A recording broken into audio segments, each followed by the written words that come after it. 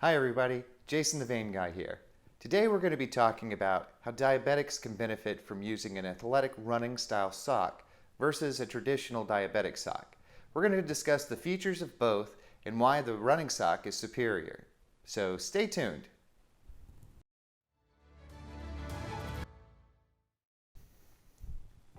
So what is a diabetic sock? Well, a diabetic sock is just simply a sock that is marketed for patients with diabetes.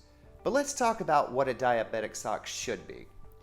First, a diabetic sock should prevent abrasions and blisters.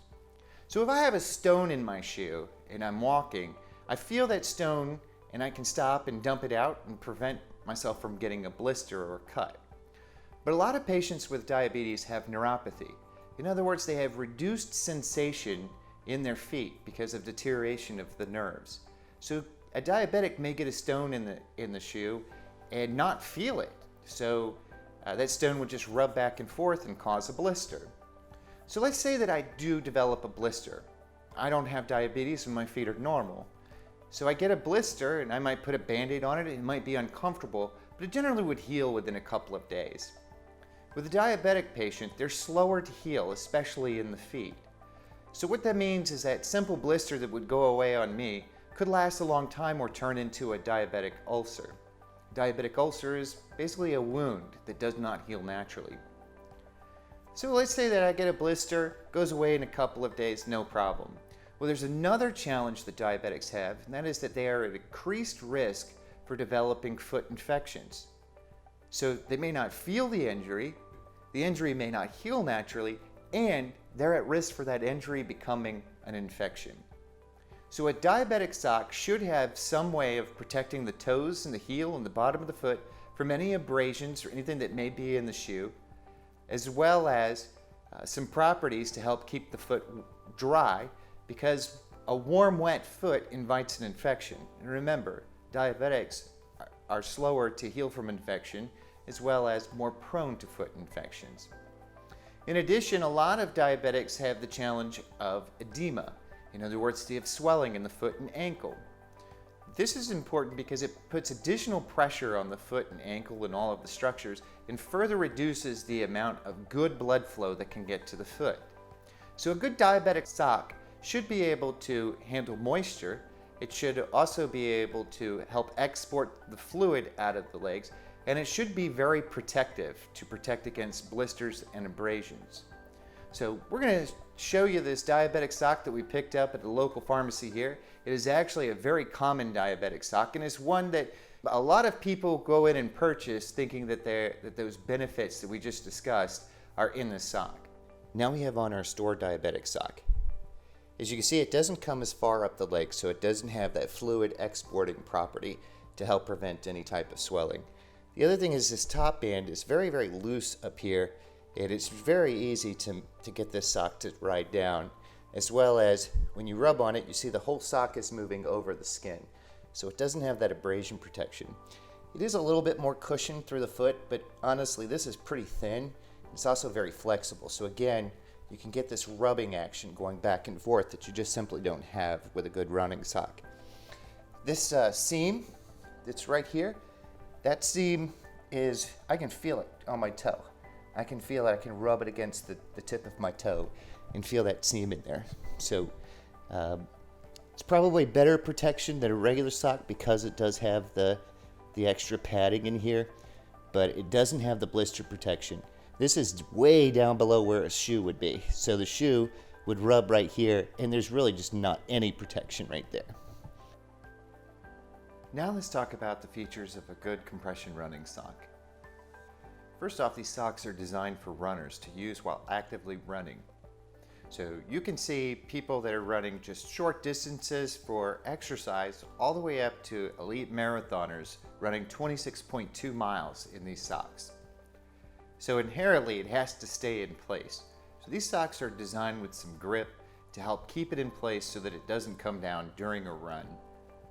Another feature is that it has superior blister protection, better blister protection than a regular sock or a daily wear sock or even a regular compression sock. This is important for the diabetic patients because of what we talked about earlier, preventing blisters and abrasions. The next is the compression. This is a medical grade compression. It's the same socks that we often write prescriptions for our patients in vein practice. We use them after vein procedures and also for patients who have swelling from their veins and swelling for other reasons. So a typical running sock will have 20 to 30 compression. And what we're referring to, and what that number refers to, is 20 to 30 millimeters of mercury.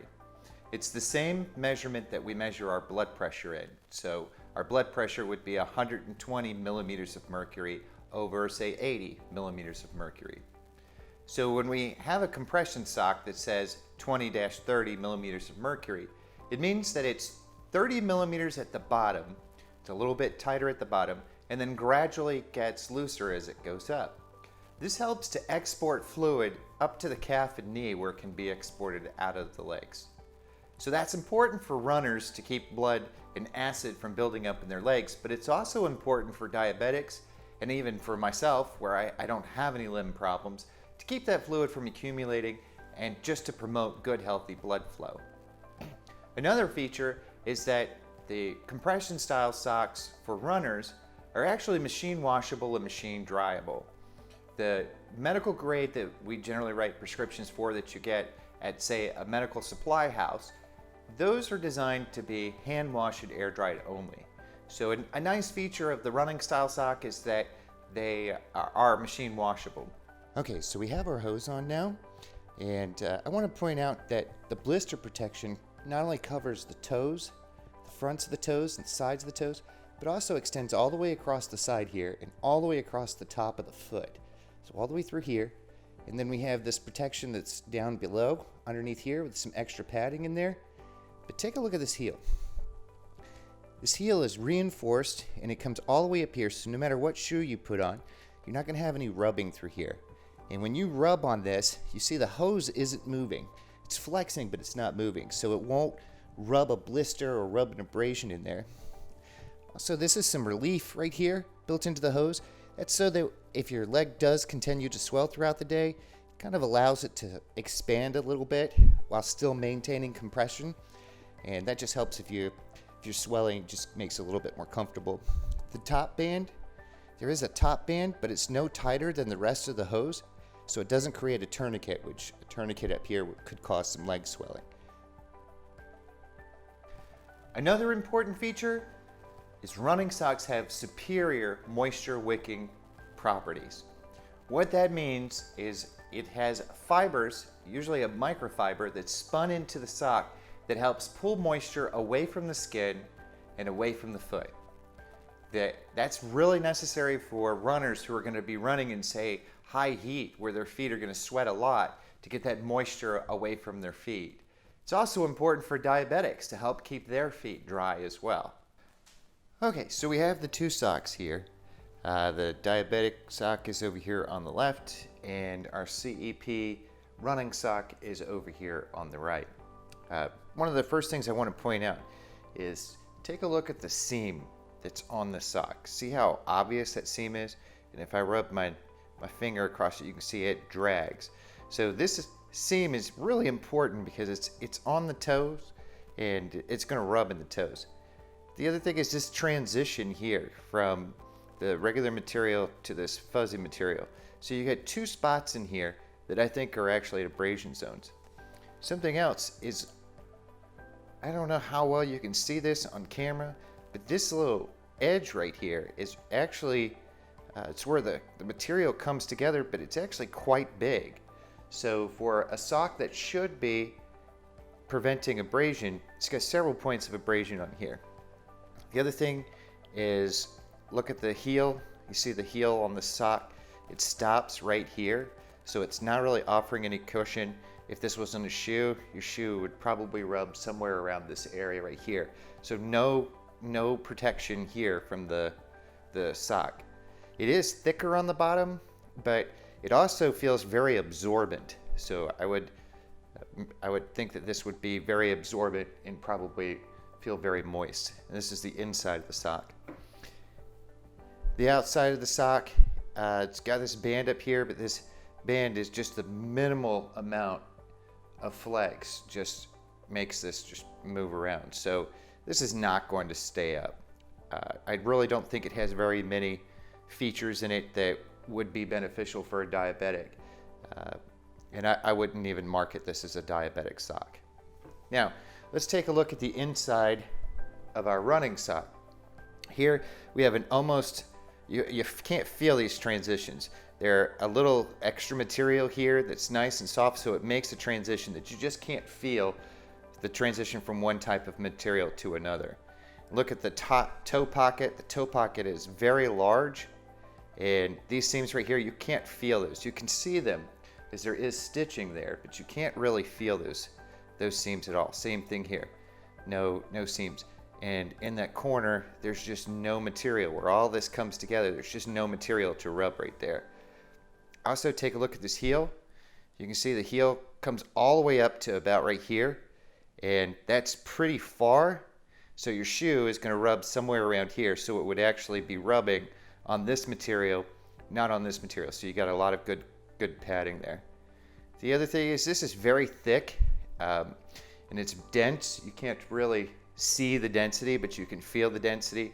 So there's a little extra protection in here from puncture and more abrasion protection up here. The side of the toe comes very long across the sides of the toe. And then when we get to the top band, this top band is part of the compression. Again, you can see this seam, but you can't really feel it. So nice, good blister protection there. And this is the same hose, just the outside of it. This one actually has reflective properties. If you're walking out at night, this kind of reflects out. It's not really necessary, but that's just what's in the sock. And this is my sock, so you'll have to excuse me that I have some lint on it from the dryer, from being washed and dried. But again, the outside of the sock, you see lots of protection. You can see how this material expands, and you can kind of see how it's translucent on the inside of it, so it allows a lot of moisture and a lot of heat to escape. So a very comfortable sock to wear, and just very durable. You can feel the stretch in it, where this has essentially no elasticity to it whatsoever. It's not going to stay up. So let's recap. First, the running style sock offers better blister and abrasion control. Second, it offers better moisture control, keeps the foot dry. Third is the fit. It's designed to stay up, as well as has better sizing options. Fourth is durability. It's designed to be washed in the washer, dried in the dryer, and to last for 6 months. And the fifth is the compression, which is very important to help export swelling out of the foot and ankle. Now let's talk about cost. The sock used in this video is my personal sock, and I paid around $50 for it. I've included some links below to Amazon for socks ranging from about $35 to about $50. If you go to your local running store, you can actually try these socks on and ensure a proper fit. There, they'll be slightly more expensive than the Amazon price. But even at this cost, it is still cheaper than a traditional compression sock, the type that your physician may recommend, which would be a 20 to 30 compression, such as the sock we've discussed today. So it actually is cost effective to purchase these socks. And given that they last 6 months of daily wear, I think it's actually a bargain. One important thing to mention is not everyone should be wearing a compression sock. If you've had stents put in your legs for arterial disease, or you have known severe arterial disease, in other words, hardening of the arteries, then you should check with your physician before you use a compression sock. I do want to say, however, that the vast majority of diabetics should be in compression. All right, everybody, that's all we have for today. If you found this video helpful, please hit the like button and comment down below. Also, please consider subscribing to our channel so that we can reach a broader audience. If you'd like to be notified of our future videos, hit the bell icon. In our next video, we're going to discuss how to put on the socks that we use today, as well as how to put on traditional compression socks and compression hose. We're also going to demonstrate how to put the hose on someone else. So stay tuned for that next video. I want to thank you again for watching. My name is Jason McLeod. I am Jason the Vein Guy, and I'm reminding you to do something good for your legs today.